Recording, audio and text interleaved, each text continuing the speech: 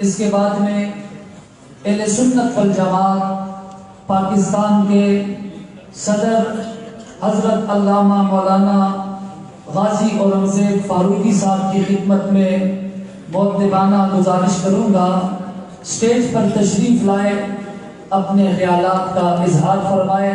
تشریف لا رہے ہیں اہل سنت والجماعت پاکستان کے صدر حضرت علامہ غازی اورنگزیب فاروقی صاحب۔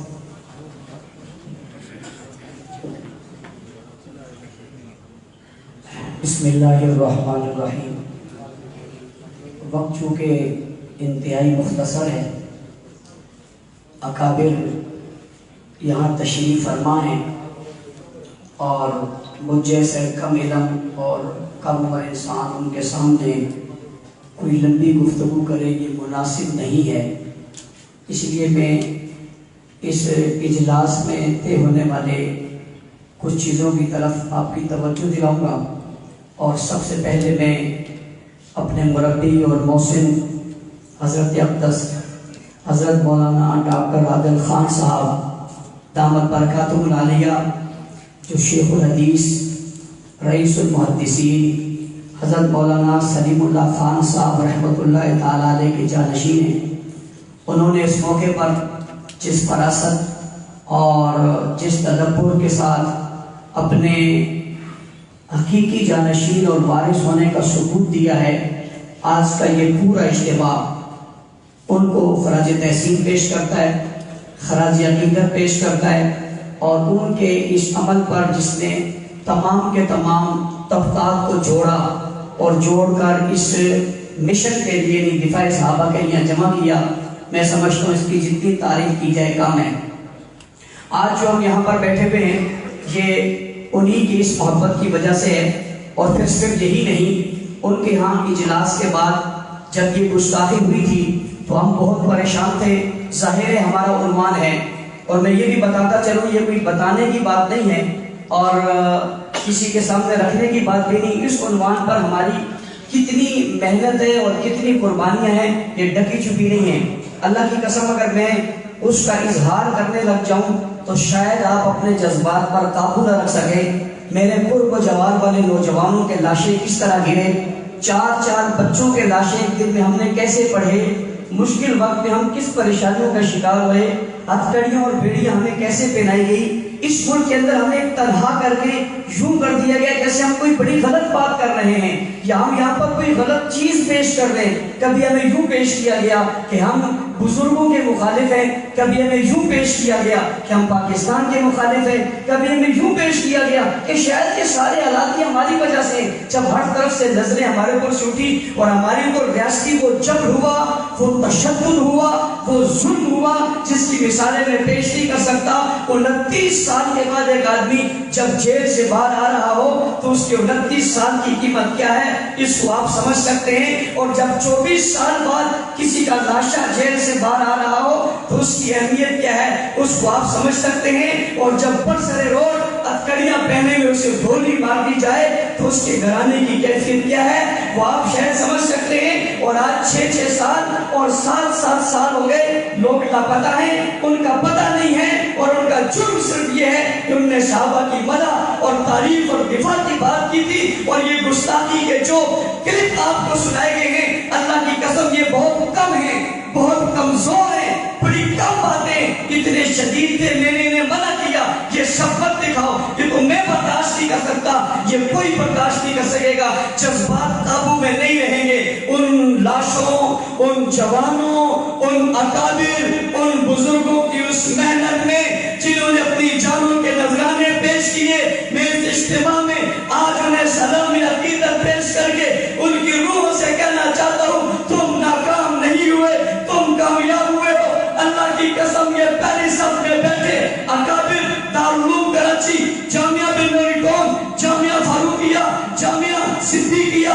جامعہ اثر علوم، یہ تمام مدارس کے لوگ، یہ اکابر، یہ مشاغل، یہ دانشور اور یہ